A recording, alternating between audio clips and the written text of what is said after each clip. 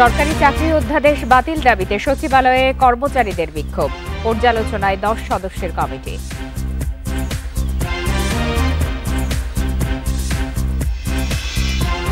সরকারের মান অভিমানের সুযোগ নেই বললেন তারেক রহমান।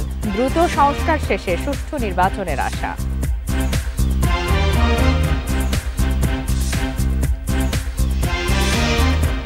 আমদানি রপ্তানি বন্ধের কর্মসূচি প্রত্যাহার এনবিআর কর্মীদের। অধ্যাদেশে সংশোধনী আনবে অর্থ মন্ত্রণালয়।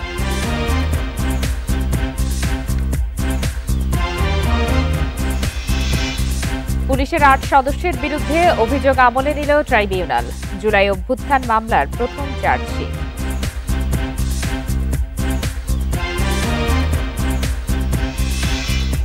গ্যাস সংকটে বন্ধ হচ্ছে পোশাক কারখানা। বেতন ভাতা নিয়ে শঙ্কা ব্যবসায়ীদের, ব্যবস্থা না নেয়ার অভিযোগ।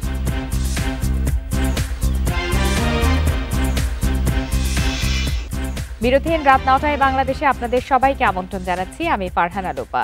এতক্ষণ শিরোনাম জানাচ্ছিলাম, এবার বিস্তারিত।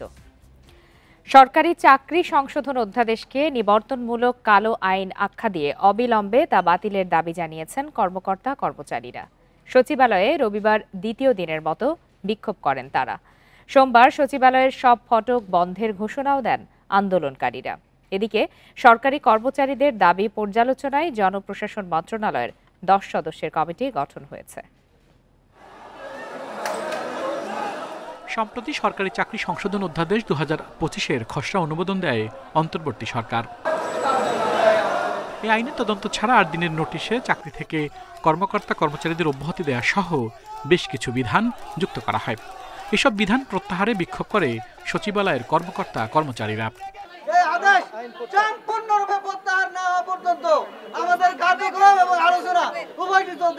আমাদেরকে হাইডে রেখে তারা প্রজ্ঞাপন জারির পায়তারা করতেছে। আমরা এটা তীব্র নিন্দা জানাই এবং এটা অবিলম্বে জনপ্রশাসন সচিব আমাদের সাথে কথা বলে এই আইন নিয়ে, অধ্যাদেশ নিয়ে আমাদের সাথে কথা বলে সিদ্ধান্ত নেবে। এর বাইরে যদি কোনো কিছু হয় আমরা মেনে নিব না। নতুন অধ্যাদেশকে নিবর্তনমূলক কালো আইন আখ্যা দিয়ে তা অবিলম্বে বাতিলের দাবি জানান আন্দোলনকারীরা। এই অধ্যাদেশ অবিলম্বে বাতিল করতে হবে। এই অধ্যাদেশের দায়িত্ব যারা আছেন, রাষ্ট্রের যে 4 জন উপদেষ্টা আছেন, এই উপদেষ্টাদের মধ্যে কোন উপদেষ্টার সঙ্গে আমরা দেখা করেছি, কথা বলেছি, কিন্তু তারা সন্তোষজনক জবাব দিতে পারে নাই। কর্মকর্তা কর্মচারীদের আন্দোলনের বিষয়ে আলোচনা করে সিদ্ধান্ত নেওয়ার কথা জানান স্বরাষ্ট্র উপদেষ্টা। বলেন সরকার প্রয়োজন মনে করেছে বলেই আইনটি সংশোধন করেছে। আওয়ামী লীগ সরকার যে একটা সংশোধন করে ইলেকশনটা যেন ম্যানিপুলেট করতে পারে, ওই জন্য একটা কিছু কিছু সংশোধন করছিল। ওই সংশোধনটাই শুধু বাদ দেওয়া হয়েছে। আগে যেরকম আইনটা ছিল ওইটাই করা হয়েছে। তারপরেও যদি তাদের কোনো রকমের থাকে, তারা আলোচনা করতে পারবে, ক্যাবিনেট ডিভিশনে বা সংস্থাপনের সাথে আলোচনা করে সমস্যাটা সমাধান করে নেবে। সোমবারও সচিবালয়ের ফটকগুলোর কাছে অবস্থান নেওয়ার ঘোষণা দেন আন্দোলনকারীরা। এ সময় কাউকে ঢুকতে এবং বের হতে দেয়া হবে না বলেও জানান তারা। আল আমিন হোসেন, ইন্ডিপেন্ডেন্ট নিউজ, ঢাকা। এই ঈদে জামা জুতো অ্যাক্সেসরিজের ডিসকাউন্ট। মেয়র হিসাবে বিএনপি নেতা ইশরাক হোসেনের শপথের দাবিতে নগর ভবনে আবারও বিক্ষোভ করছেন তার সমর্থকরা। এতে বন্ধ রয়েছে সেবা কার্যক্রম। সকাল 10টার পর থেকে নগর ভবন প্রাঙ্গণে জড়ো হতে থাকেন তারা। দাবি আদায় না হওয়া পর্যন্ত আন্দোলন চালিয়ে যাওয়ার ঘোষণা দেন বিক্ষোভকারীরা। নগর ভবনের প্রধান ফটক বন্ধ করে মঞ্চ তৈরি করেন তারা। ইশরাককে মেয়র হিসাবে শপথ নেয়ার দাবি জানান তারা। গত মার্চে ইশরাক হোসেনকে ঢাকা দক্ষিণের মেয়র ঘোষণা করে রায় দেয় আদালত। এদিকে ঢাকা দক্ষিণ সিটির নির্বাচিত প্রতিনিধিদের মেয়াদ শেষ হচ্ছে জুনের প্রথম সপ্তাহে।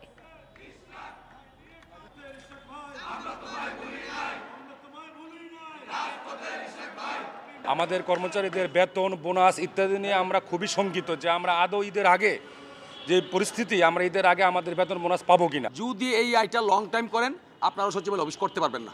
আমরা এই সুযোগ দিব না। সারা ঢাকা সিটি নগর ভবনে পরিণত হতে পারে। প্রধান উপদেষ্টা অধ্যাপক মোহাম্মদ ইউনূসের নেতৃত্বে ইতিহাসের সবচেয়ে অবাধ, সুষ্ঠু ও নিরপেক্ষ নির্বাচন হবে বলে আশা জানিয়েছেন বিএনপির ভারপ্রাপ্ত চেয়ারম্যান তারেক রহমান। মতবিরোধ থাকলেও ফ্যাসিবাদ মোকাবেলার প্রশ্নে সব দল ঐক্যবদ্ধ বলেও মন্তব্য করেছেন তিনি। রবিবার ন্যাশনাল পিপলস পার্টির প্রতিষ্ঠা বার্ষিকীর আলোচনায় এসব কথা বলেন তিনি। আমাদের মাঝে উপস্থিত হয়েছেন 18তম প্রতিষ্ঠাবার্ষিকীতে রাজধানীর কাকরাইলে ডিপ্লোমা ইঞ্জিনিয়ার্স ইনস্টিটিউশনে আলোচনা সভার আয়োজন করে ন্যাশনাল পিপলস পার্টি। লন্ডন থেকে ভার্চুয়ালি যোগ দিয়ে বিএনপির ভারপ্রাপ্ত চেয়ারম্যান তারেক রহমান অন্তর্বর্তী সরকারের গঠনমূলক সমালোচনার আহ্বান জানান। তিনি বলেন, অন্তর্বর্তী সরকারের মান অভিমান বা রাগ বিরাগের সুযোগ নেই।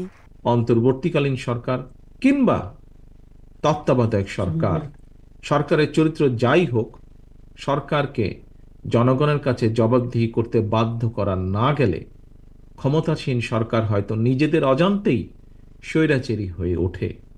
দেশের জনগণ কিন্তু সরকারের করুণার পাত্র নয়। সরকার অবশ্যই জনগণের কথা শুনতে, জনগণের ন্যায্য দাবি মানতে বাধ্য। এখানে সরকারের মান অভিমান কিংবা রাগ বিরাগের কিন্তু কোনো সুযোগ নেই। দ্রুত সংস্কার কাজ শেষ করে সরকার জাতীয় নির্বাচন আয়োজনে মনোযোগী হবে বলেও আশা প্রকাশ করেন তারেক রহমান। জাতীয় নির্বাচন অনুষ্ঠানের লক্ষ্যে জনপ্রশাসন, আইন শৃঙ্খলা বাহিনীর প্রয়োজনীয় সংস্কারের জন্য অন্তর্বর্তীকালীন সরকারের প্রতি বিএনপি সহ আমরা যারা একসঙ্গে রাজপথে আন্দোলন করেছি, আমাদের সর্বাত্মক সমর্থন অব্যাহত রেখেছি। সুতরাং দেশে বিদেশে সম্মানিত দক্ষ এবং যোগ্য ব্যক্তিত্ব অন্তর্বর্তীকালীন সরকার প্রধানের নেতৃত্বে জনগণ অবিলম্বে দেশের ইতিহাসের সবচেয়ে অবাধ, নিরপেক্ষ একটি জাতীয় নির্বাচন দেখতে পাবে। বাজেটের আগে এনবিআর এর সংস্কার চাপিয়ে দিয়ে সরকার অচলাবস্থা তৈরি করেছে বলেও মন্তব্য করেন বিএনপির ভারপ্রাপ্ত chairman. Jahanara Parvin, independent news, Dhaka. প্রধান উপদেষ্টা অধ্যাপক মোহাম্মদ ইউনূসের সঙ্গে প্রথম দফায় বৈঠক করেছেন 10 রাজনীতিবিদ। বিকাল 5টার দিকে শুরু হয় এই বৈঠক। সন্ধ্যা 6টার পর আমন্ত্রিত অন্যান্য নেতারাও প্রধান উপদেষ্টার সাথে বৈঠকে অংশ নিয়েছেন।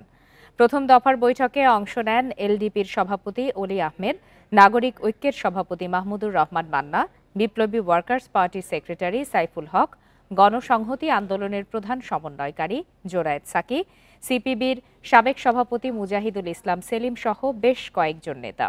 দ্বিতীয় দফার প্রধান উপদেষ্টার সঙ্গে সাক্ষাৎ করছেন হেফাজতে ইসলামের মহাসচিব মাওলানা সাজিদুর রহমান, ইসলামী আন্দোলন বাংলাদেশের আমির মুফতি সৈয়দ মোহাম্মদ রেজাউল করিম, বাংলাদেশ খেলাফত মজলিসের আমির মাওলানা মামুনুল হক, গণ অধিকার পরিষদের সভাপতি নুরুল হক নূর সহ বেশ কয়েকজন নেতা। চলমান রাজনৈতিক পরিস্থিতি নিয়ে প্রধান উপদেষ্টার সঙ্গে শনিবার বৈঠক করেন বিএনপি, জামায়াতে ইসলামী ও এনসিপি নেতারা।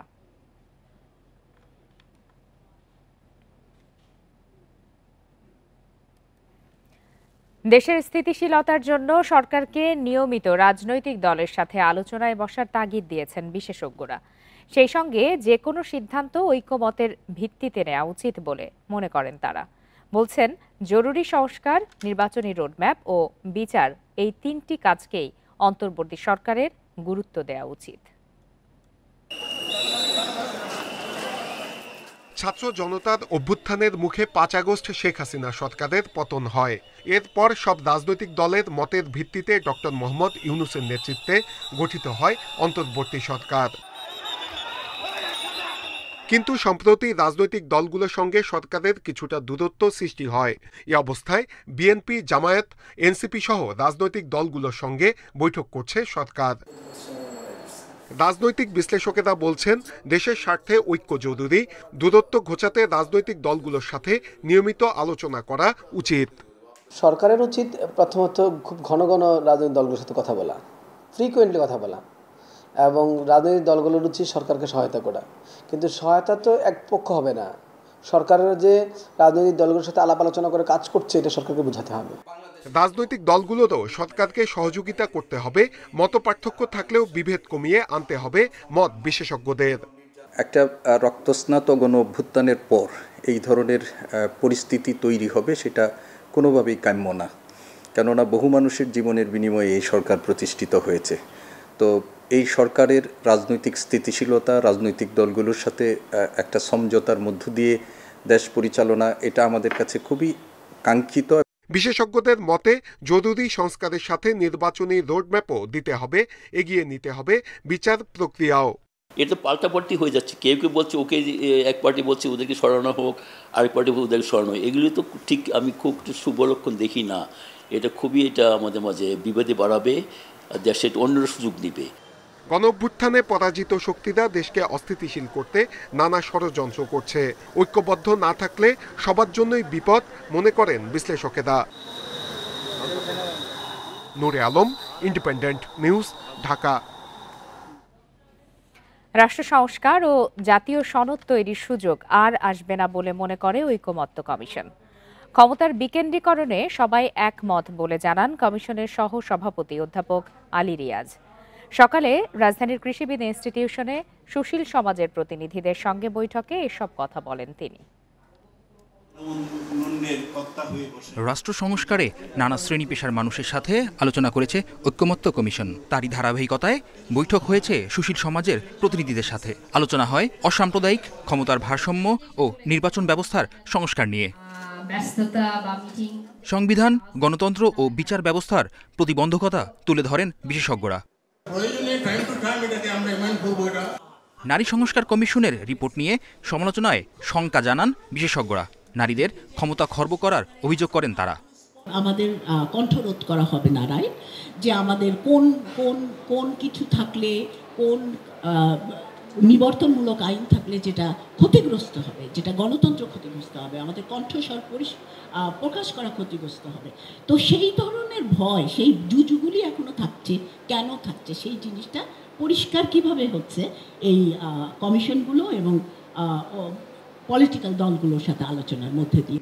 আলোচনায় অধ্যাপক আলী রিয়াজ বলেন, জাতীয় সনদ তৈরি এবং সংস্কারের পক্ষে দাঁড়াতে হবে নাগরিক সমাজকে।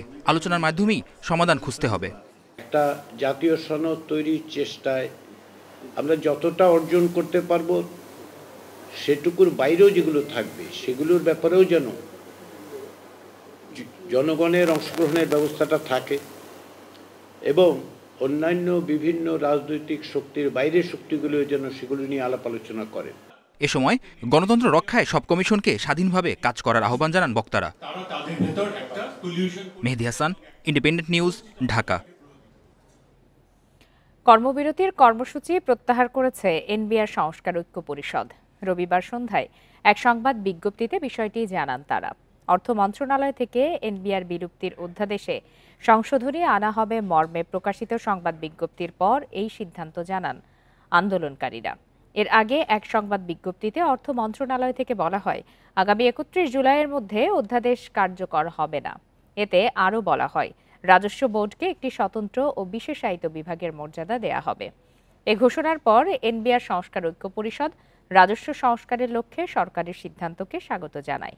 তারা বলেন, সরকারের এই ঘোষণার ফলে এতদিনের দাবি ও কর্মসূচির যৌক্তিকতা দেশবাসীর নিকট প্রমাণিত হয়েছে। তবে এনবিআর চেয়ারম্যানের পদত্যাগের দাবিতে চেয়ারম্যানের সাথে অসহযোগ কর্মসূচি অব্যাহত থাকবে বলেও জানান তারা।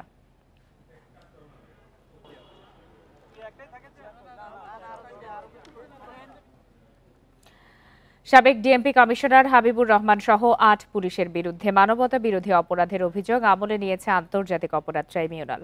গণ অভ্যুত্থানে চাংখারপুলে 6 জনকে হত্যার মামলায় তাদের বিরুদ্ধে আনুষ্ঠানিক অভিযোগ জমা দেয় প্রসিকিউশন। এর মধ্য দিয়ে ট্রাইব্যুনাল পুনর্গঠনের পর মানবতা বিরোধী অপরাধে প্রথম কোনো মামলার আনুষ্ঠানিক বিচার প্রক্রিয়া শুরু হলো।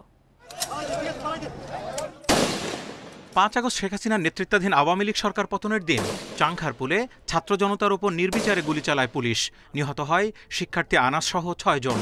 এই মামলার তদন্ত প্রতিবেদন যাচাই বাছাই শেষে রোববার আন্তর্জাতিক অপরাধ ট্রাইব্যুনালে আনুষ্ঠানিক অভিযোগ জমা দেয় প্রসিকিউশন। পলাতক সাবেক ডিএমপি কমিশনার হাবিবুর সহ 8 পুলিশ সদস্যের বিরুদ্ধে হত্যার সুনির্দিষ্ট অভিযোগ তুলে ধরে রাষ্ট্রপক্ষ। এর মধ্যে 5 জন কর্মকর্তা, বিভিন্ন পর্যায়ের নির্দেশদাতা আর তা বাস্তবায়ন করেন কনস্টেবল সুজন, ইমাজ হোসেন ও নাসিরুল ইসলাম। আসামিদের মধ্যে গ্রেপ্তার 4 জনকে হাজির করা হয় আদালতে। এই ঘটনায় অনেক পুলিশ হয়তো জড়িত ছিল, সবাইকে কিন্তু আমরা আসামি শ্রেণীভুক্ত করি নাই। এটার যুক্তি হচ্ছে যে যারা সরাসরি চাইনিজ রাইফেল ব্যবহার করে মানুষকে হত্যা করেছে, ভিডিও ফুটেজে যাদেরকে আইডেন্টিফাই করা গেছে তাদেরকে আমরা বিচারের জন্য সোপর্দ করেছি। পাশাপাশি তাদের যারা সুপিরিয়র কমান্ডার ছিল অর্থাৎ ঢাকা মহানগরীর পুলিশ কমিশনার হাবিবুর রহমান, সুদীপ কুমার এবং ইমরুল। ট্রাইব্যুনালের চিফ প্রসিকিউটর জানান, হত্যা করতে সাবেক প্রধানমন্ত্রী শেখ হাসিনার নির্দেশের অডিও প্রমাণ জমা দেওয়া হয়েছে। এছাড়া মরদেহে চাইনিজ রাইফেলের গুলিসহ বিভিন্ন আলামত ও শহীদ আনাসের মায়ের কাছে লেখা শেষ চিঠিও যুক্ত করা হয়েছে। শেখ হাসিনা বিভিন্ন ব্যক্তির সাথে কনভারসেশনের মাধ্যমে যে শক্তি প্রয়োগ, লিথাল ওয়েপন ব্যবহার করে বিক্ষোভকারীদেরকে হত্যা করার যে নির্দেশ দিয়েছিলেন সেগুলো আমরা এখানে দাখিল করেছি। কিন্তু তাকে এই মামলাতে সরাসরি আসামি করা হয়নি, কারণ তার বিরুদ্ধে সেপারেটভাবে চার্জশিট দাখিল হয়েছে এবং সেখানে তার বিরুদ্ধে আলাদাভাবেই আনুষ্ঠানিক অভিযোগ অর্থাৎ ফরমাল চার্জ দাখিল করা হবে। অভিযোগ আমলে নিয়ে আগামী ৩ জুন মামলার পরবর্তী শুনানির দিন ঠিক করেছে ট্রাইব্যুনাল। এরপর পলাতকদের আত্মসমর্পণে পত্রিকায় বিজ্ঞপ্তি দেওয়া হবে। হাজির না হলে তাদের পক্ষে রাষ্ট্র কর্তৃক আইনজীবী নিয়োগ দিয়ে শুরু হবে অভিযোগ গঠনের শুনানি। Zahidul Bashar, independent news, Dhaka. শিল্পে গ্যাস সংকট চরমে, বন্ধ হচ্ছে একের পর এক কারখানা। সরকার প্রতিশ্রুতি অনুযায়ী ব্যবস্থা নিচ্ছে না বলে অভিযোগ করেছেন বস্ত্র খাতের ব্যবসায়ীরা। তাদের দাবি, এভাবে চলতে থাকলে ঈদের বেতন বোনাস পরিশোধ করা কঠিন হবে। কয়েক মাসের মধ্যে বন্ধ হতে পারে অর্ধেক টেক্সটাইল কারখানা। রবিবার জ্বালানি সংকট নিয়ে রাজধানীতে আয়োজিত এক সংবাদ সম্মেলনে এসব কথা বলা হয়। দেশের তৈরি পোশাক শিল্পের জন্য কাপড় ও সুতার বড় অংশ যোগান দেয় স্থানীয় টেক্সটাইল কারখানাগুলো। বড় বিনিয়োগে গ্যাস নির্ভর এসব শিল্প এখন চরম সংকটে। জ্বালানির অভাবে বন্ধ থাকছে বেশিরভাগ সময়, নষ্ট হচ্ছে যন্ত্রপাতিও, টানতে হচ্ছে চড়া সুদের ব্যাংক ঋণ, বিকল্প জ্বালানিতেও খরচ বাড়ছে। দাম বাড়ানোর পরও প্রতিশ্রুতি অনুযায়ী গ্যাস না পেয়ে ক্ষুব্ধ শিল্প মালিকরা। তাদের অভিযোগ, পরিকল্পিতভাবেই ধ্বংস করা হচ্ছে শিল্পগুলো। সরকারের পরিকল্পনাহীনতার খেসারত দিচ্ছেন তারা। আমাদের উপদেষ্টা সাহেবরা আমার মনে হয় একই অস্ট্রিচ পাখির মতো হয়ে গেছে। চারিদিকে কিছু মনে হয় যেন তারা দেখতে পারতেছে না। প্রতিনিয়ত আমাদের লে অফ হচ্ছে। আপনার কিছুদিন পরে রাস্তায় মানুষ নামবে, আরো ভয়াবহ পরিস্থিতি হবে, ফেমিন হবে, দুর্ভিক্ষ হওয়ার মতো অবস্থা হয়ে যাবে যদি আপনি শিল্পকে না বাঁচাতে পারেন। ব্যবসায়ীরা বলেন, গ্যাস বিদ্যুৎ নিয়ে নীতি নির্ধারকরা কেবল আশ্বাস দিয়েই দায় সারছে। অর্থনীতির নাজুক পরিস্থিতিতে ঈদে 10 দিনের ছুটি দেওয়ারও সমালোচনা করেন তারা।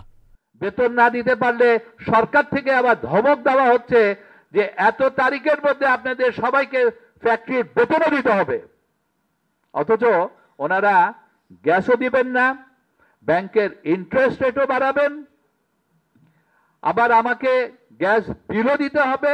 গ্যাসের প্রেসার থাকবে 1.5 মানে 0, কিন্তু আমাকে কিন্তু মিটার কিন্তু আমার ঘুরছে। ব্যবসায়ীরা বলেন, সিস্টেম লসের নামে 12 ভাগ গ্যাস চুরি ও অপচয় হচ্ছে। শিল্পের জ্বালানি নিরাপত্তা নিশ্চিতে ধাপে ধাপে বাসাবাড়িতে গ্যাস সরবরাহ বন্ধের দাবি তাদের। সেই সঙ্গে স্থানীয় গ্যাস অনুসন্ধানে জোর দেন ব্যবসায়ীরা। আমরা গ্যাস চাই, ইলেকট্রিসিটি চাই। Hari Saha, independent news, Dhaka. সমস্যার সমাধান করে যত দ্রুত সম্ভব আবারও বাংলাদেশ সিঙ্গাপুর ম্যাচের অনলাইন টিকিট বিক্রি শুরু করতে চায় বাফুফে। এবার সাইবার আক্রমণ ঠেকাতে বাড়তি সতর্ক ফেডারেশন নিয়োগ দিয়েছে সাইবার সিকিউরিটি টিম। টিকিট কেনা নিয়ে বিড়ম্বনায় ক্ষোভ প্রকাশ করেছেন ভক্তরা। প্রথমবার অনলাইনে টিকিট বিক্রি করতে গিয়ে তিক্ত অভিজ্ঞতা বাফুফের। রোববার রাত ৮টার পর ছাড়া বাংলাদেশ সিঙ্গাপুর ম্যাচের টিকিট সফটওয়্যার জটিলতা ও সাইবার আক্রমণের শিকার হয়। বন্ধ হওয়ার আগে বিক্রি হয়েছে ৩,০০০ টিকিট। বিড়ম্বনার জন্য ভক্তদের অসন্তোষ। আল্লাহ জানে যে কোন টাইমটা ওনাদের টিকিটটা অ্যাভেলেবেল ছিল। আমরা কালকে সারাদিন রাত 2টা-3টা অবধি আমরা ট্রাই করছি কাটার জন্য, কিন্তু আমরা টিকিট আনঅ্যাভেলেবেল। অনেক রিকোয়েস্ট যেহেতু সার্ভারের মধ্যে আসবে, সার্ভার ডাউন হবেই, তার আগে থেকে আসলে প্রিপারেশন নেওয়া দরকার ছিল। অনলাইন যদি না করে যদি সরাসরিভাবে এটা হ্যান্ড ওভার করতো, টিকিটটা একটা কাউন্টার বসাইতো, তো ওইটাও আমার মনে হয় বেটার ফিল হইতো। আবারও প্রক্রিয়া স্বাভাবিক করে দ্রুতই টিকিট বিক্রি শুরু করতে চায় বাফুফে। এবার নিরাপত্তা নিয়ে বাড়তি সতর্কতারা নিয়োগ দিয়েছে সাইবার সিকিউরিটি টিম। আমাদের 2টা অ্যাটাক হয়েছিল এই ওয়েবসাইটে, একটা বনানী থেকে ছিল, একটা বাড্ডার থেকে ছিল। আমাদের যে সাইবার সিকিউরিটি এক্সপার্ট থেকে আমরা নিয়োগ করেছি, আমরা বিশ্বাস করি ওরা বাংলাদেশের বেস্ট। আর ওনারা যে পরামর্শ দিচ্ছে, ওনারা যে গাইডলাইন দিচ্ছে, ওটা আমাদের বিশ্বাস হলো এটার গাইডলাইন যদি আমরা ফলো করি, অ্যাটলিস্ট আমাদের যে বাকি টিকিট অংশ যেটা বিক্রি করতে হবে, ইনশাআল্লাহ আমরা বিক্রি করতে পারবো সাকসেসফুলি। যারা এর মধ্যে টিকিট কিনেছেন তারা যেন অসুবিধায় না পড়েন সেটা দেখবে বাফুফে। এমন পরিস্থিতির পর 4 জুন বাংলাদেশ ভুটান ম্যাচের অনলাইন টিকিট বিক্রির দিনও পিছিয়েছে। কিছু টিকিট মিসম্যাচ হয়ে গেছে ইমেলের সাথে। আমরা একটা ফিজিক্যাল অডিট করব, একটা ফরেনজিক অডিট করে দেখব কোন টিকিটগুলি মিসম্যাচ হয়েছে, কার পেমেন্ট হয়েছে, ওই পেমেন্টের এগেন্সে অ্যাকাউন্ট প্লাস টিকিট ম্যাচ করে নাকি করে আমরা চেক করব। যদি কারো কোনো ভুল ত্রুটি হয়ে থাকে আমরা কারেকশন করবো। এটা ভুটান ম্যাচের টিকিটটা আমরা 2 দিন পিছিয়ে দিয়েছি, আজকে দেওয়ার কথা ছিল, যেহেতু আমাদের একটা ঝামেলা চলছেন, এটা মিটিগেট করে আমরা ভুটান ম্যাচেরটা ছাড়বো। সিঙ্গাপুরের বিপক্ষে এশিয়ান কাপ বাছাইয়ের জন্য প্রাথমিক দল ঘোষণা 28 মে। একদিন পর বাফুফেকে জাতীয় স্টেডিয়াম বুঝিয়ে দেবে এনএসসি। পিয়াস সাহা, ইন্ডিপেন্ডেন্ট নিউজ, ঢাকা। ত্রিদেশীয় টুর্নামেন্ট খেলতে সোমবার জর্ডান যাচ্ছে বাংলাদেশ জাতীয় নারী ফুটবল দল। আসরকে সামনে রেখে 23 সদস্যের দল ঘোষণা করেছে বাফুফে। নতুন মুখ ফেরদৌসী আক্তার, শান্তি বাডি ও উমেলা মার্মা। দলে জায়গা পেয়েছেন তহুরা, ঋতুপর্ণা, শামসুন্নাহার, মারিয়া মান্ডা সহ কোচ বিদ্রোহে জড়িত থাকা 9 ফুটবলার। শৃঙ্খলার অভাব, ফিটনেসের কারণে বাদ পড়েছেন সাফজয়ী সাবিনা, মাসুরা, সুমাইয়া, কৃষ্ণা, সানজিদা। নেতৃত্বে আফিদা খন্দকার। 31 মে স্বাগতিক জর্ডান আর 3 জুন ইন্দোনেশিয়ার বিপক্ষে ম্যাচ খেলবে লাল সবুজ। 23 জুন থেকে শুরু এএফসি নারী এশিয়ান কাপ বাছাই। এর আগে এই ত্রিদেশীয় টুর্নামেন্ট প্রস্তুতির সুযোগ বাটলারের দলের জন্য।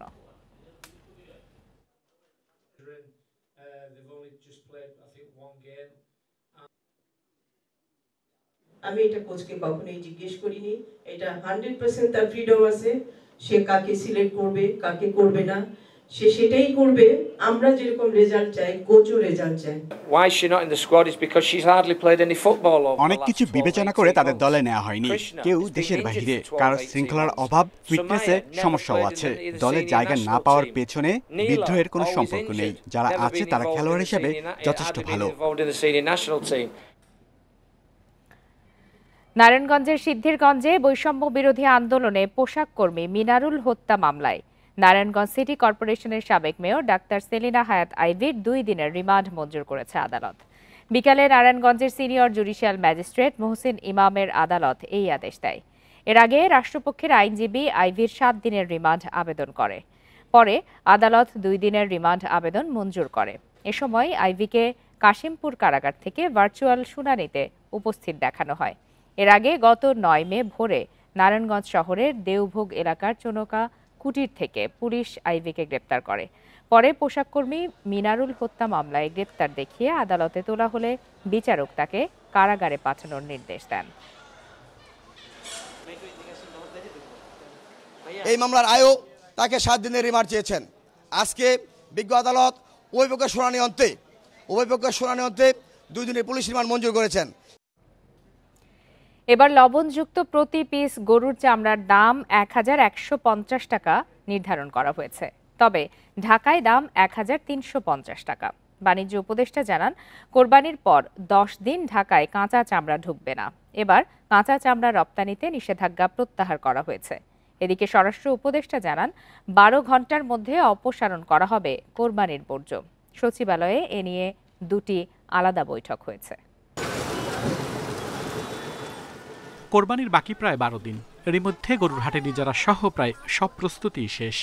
পশুর হাট, চামড়ার ব্যবস্থাপনা নিয়ে সভা করে বাণিজ্য ও স্বরাষ্ট্র মন্ত্রণালয়।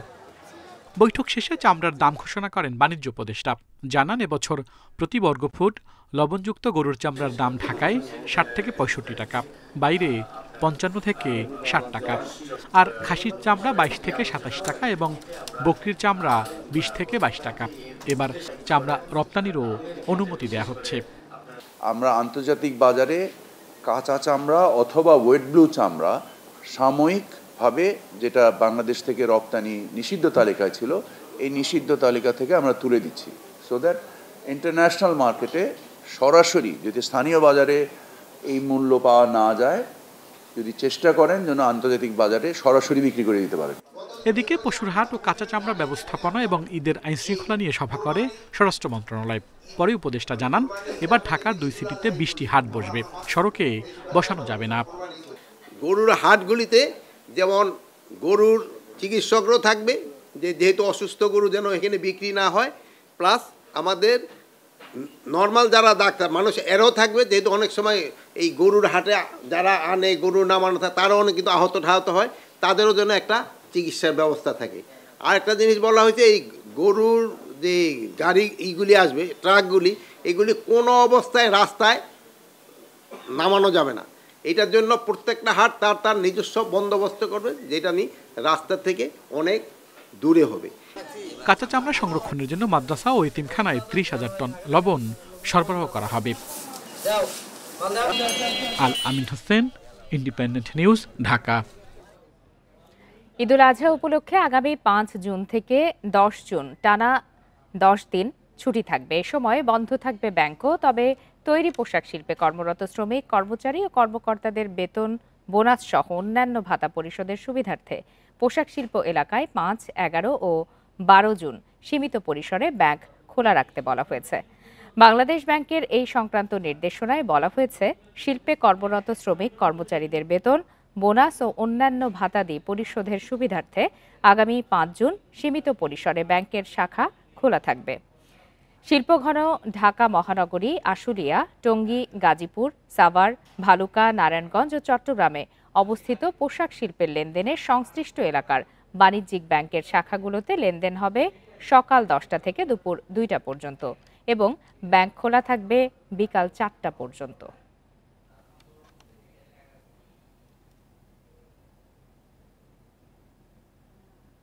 জুলাইয়ের ছাত্র জনতার গণ অভ্যুত্থানে নজরুলের কবিতা ও গান সমানভাবে প্রাসঙ্গিক ছিল, বলছেন কবির 126তম জন্মবার্ষিকীতে আগত নজরুল প্রেমীরা। পুষ্পস্তবক অর্পণ ও ফাতেহা পাঠের মধ্য দিয়ে পালিত হল জাতীয় কবি কাজী নজরুল ইসলামের জন্মবার্ষিকী। ঢাকা বিশ্ববিদ্যালয় প্রশাসন, সামাজিক ও সাংস্কৃতিক প্রতিষ্ঠান এবং রাজনৈতিক দলের নেতাকর্মীরা কবির সমাধিতে শ্রদ্ধা নিবেদন করেন। বাংলা সাহিত্যের উজ্জ্বলতম এক নক্ষত্র কাজী নজরুল ইসলাম। সোমবার সকালে তার কবরে শ্রদ্ধা নিবেদন করতে আসেন তার ভক্ত অনুরাগী সহ শিক্ষক ও রাজনৈতিক দলের নেতাকর্মীরা। জন্মবার্ষিকীতে এবারের প্রতিপাদ্য 24-এর গণ অভ্যুত্থান কাজী নজরুলের উত্তরাধিকার। মানুষকে বড় করে দেখেছেন এবং সমাজের যত অত্যাচার অবিচারের বিরুদ্ধে তার লেখনী নিয়ে তিনি কাজ করেছিলেন। কবি নজরুলের সমগ্র সৃষ্টি সাধারণ মানুষের কাছে, দেশ এবং দেশের বাইরের বাংলা ভাষাভাষী মানুষের কাছে পৌঁছানোর জন্য আমরা কাজ করে থাকি। উপাচার্য নিয়াজ আহমেদের নেতৃত্বে শোভাযাত্রা নিয়ে কবির সমাধিতে যান ঢাকা বিশ্ববিদ্যালয় পরিবার। পুষ্পস্তবক অর্পণ ও ফাতেহা পাঠের পর ঢাকা বিশ্ববিদ্যালয়ের উপাচার্য বলেন, নজরুল ছিলেন সব্যসাচী কবি। সর্বাবস্থায় সাম্য এবং শান্তি বজিয়ে রাখবার জন্য নিজেদের ইস্পাত কঠিন ঐক্য ধরে রাখা, এই দুটো শিক্ষাই আমাদের এই মহান কবি তার বিভিন্ন লেখাতে তিনি সেটি প্রমাণ করেছেন। সকালে বিএনপির সিনিয়র যুগ্ম মহাসচিব রুহুল কবির রিজভির নেতৃত্বে দলের নেতাকর্মীরা জাতীয় কবির সমাধিতে শ্রদ্ধা নিবেদন করেন। এই সময় রুহুল কবির রিজভি বলেন, যে প্রত্যাশা নিয়ে বিগত বছরে আন্দোলন সংগ্রাম ও জুলাই অভ্যুত্থান, তাতে নজরুল সর্বদাই অনুপ্রেরণা জুগিয়েছে। তার সাহিত্য, তার গান আমাদেরকে বিভিন্ন সময় শৃঙ্খল মুক্ত হওয়ার জন্য আমাদেরকে যে প্রেরণা, আমাদেরকে যে তাগিদ দিয়েছে এবং লড়াইকে ত্বরান্বিত করার যে উৎসাহ জুগিয়েছে, এটা তুলনাহীন। একনেকের অনুমোদন পেলে জাতীয় কবির নামে ঢাকা বিশ্ববিদ্যালয়ের একটি হলের নামকরণ করা হবে বলে জানান উপাচার্য। Arafatur Rahman, independent news, Dhaka. জাতীয় কবি কাজী নজরুল ইসলামের 126তম জন্মবার্ষিকী উপলক্ষে কুমিল্লায় শুরু হয়েছে 3 দিনের জাতীয় অনুষ্ঠান। রবিবার বিকালে উদ্বোধন করেন সংস্কৃতি উপদেষ্টা মোস্তফা সরোয়ার ফারুকী। এ সময় তিনি বলেন, জাতীয় কবিকে বিশ্বব্যাপী ছড়িয়ে দিতে তার জীবন নিয়ে সিনেমা ও রচিত গ্রন্থগুলো অনুবাদের উদ্যোগ নেওয়া হয়েছে। 24-এর গণ অভ্যুত্থান কাজী নজরুলের উত্তরাধিকার, এ প্রতিপাদ্যে কুমিল্লা শিল্পকলা একাডেমিতে 3 দিনের আয়োজন। নজরুল ভাস্কর্যে শ্রদ্ধা নিবেদনের মধ্য দিয়ে অনুষ্ঠানের উদ্বোধন করেন সংস্কৃতি উপদেষ্টা। এ সময় তিনি বলেন, জাতীয় কবির রচিত গ্রন্থগুলো বিভিন্ন ভাষায় অনুবাদের উদ্যোগ নিয়েছে নজরুল ইনস্টিটিউট। তার জীবনী নিয়ে সিনেমাও তৈরি করা হবে। কবে কোথায় বসে উনি কোন কবিতা লিখেছেন, গান লিখেছেন, উনি তখনও জানতেনও না যে কোনো এক সময় বাংলাদেশের মানুষের তার গানের বা কবিতার অবলম্বন প্রয়োজন পড়বে, যার উপর অবলম্বন করে তারা একটা বড় গণ অভ্যুত্থান পরিচালনা করবে, এবং এটি হচ্ছে শিল্পের শক্তি এবং নজরুলের শক্তি। অনুষ্ঠানে নজরুল গবেষণায় অবদানের জন্য ইরশাদ আহমেদ শাহিন ও আব্দুল হাই শিকদার এবং নজরুল সঙ্গীতে আবু রশদ আজনবী ও আবৃত্তিতে নাসিম আহমেদকে পুরস্কৃত করা হয়। নজরুল লিখছেন, মানুষের, জাতির, দেশের যখন চরম অবনতি হয় তখন এইরূপ নরপিশাচ জালিমের আবির্ভাব অত্যাবশ্যক হইয়া পড়ে। এমনকি আমাদের পাঠ্যপুস্তক থেকে কমতে কমতে, আমাদের ইউনিভার্সিটির পাঠ্যক্রম থেকে কমতে কমতে একেবারে শূন্যের কথায় চলে এসেছিল। নজরুলকে এত ভীষণভাবে অবহেলা করা হয়েছিল। এদিকে ময়মনসিংহের ত্রিশালে 3 দিনের উৎসব উদ্বোধন করেছেন তথ্য ও সম্প্রচার সচিব। জাতীয় কবির জন্মজয়ন্তী উপলক্ষে আলোচনা ছাড়াও প্রতিদিন সন্ধ্যায় থাকছে সাংস্কৃতিক অনুষ্ঠান ও নজরুল মেলা। সুলতানা জাহান মিতু, ইন্ডিপেন্ডেন্ট নিউজ। শেষ করছে আজকের বিরতির রাত 9টায় বাংলাদেশ। ধন্যবাদ সবাইকে।